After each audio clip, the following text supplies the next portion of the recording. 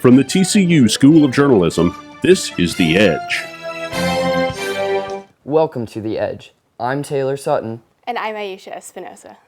Dallas is home to many Cowboys fans. This week, students at the Schieffer High School journalism camp had the pleasure of meeting Cowboys beat reporter Clarence Hill. Clarence Hill, longtime Dallas Cowboys reporter, stopped by the Schieffer summer journalism camp at TCU. 23 high school students from across the country listened as Hill offered insight into a career in sports journalism. Hill said that he didn't always want to be a journalist. And again, I didn't initially go to college to be a sports writer or journalist. I went to be an accounting major, but I kind of fell into a career that's become a labor of love. Hill warned the students of the fine line between business relationships and friendships in sports journalism. There's a line you do not cross.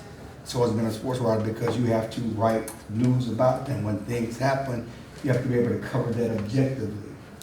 You have to be able to discern the difference between a business relationship and a friendship, and sometimes those lines get blurred. Hill also explained that journalism is no longer just writing.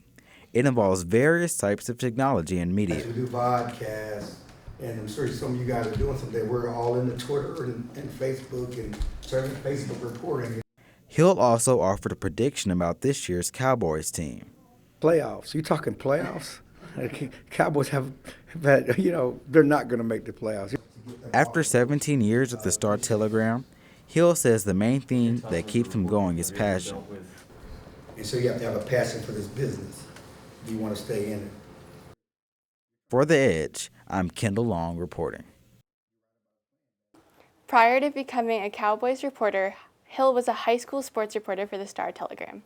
And students also had the opportunity to hear advice from the Star-Telegram's executive editor on Wednesday. James Muncy is in the newsroom with more.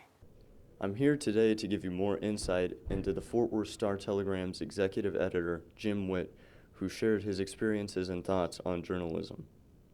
You know, when I was first started Star-Telegram back in 1986, if you would have told me what would happen 20 years later, I never would have believed it. At the time, print was the only way, really, that or TV was the only way people found out about things.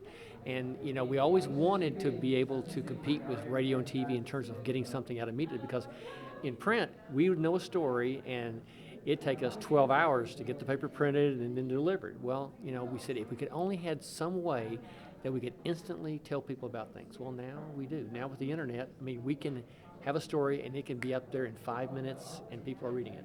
So I think that's been an amazing change.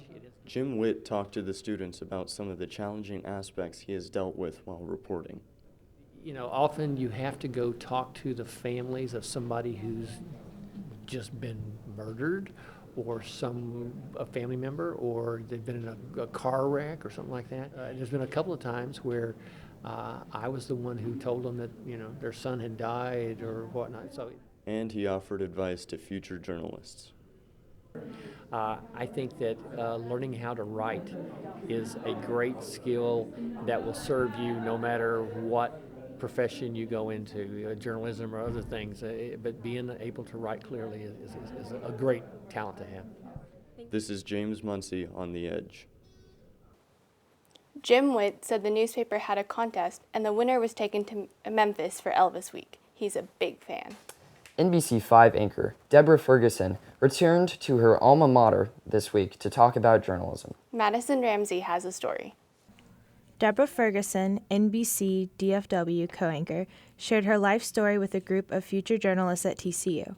23 Schieffer summer journalism campers met Ferguson and asked questions about her experiences in broadcast journalism.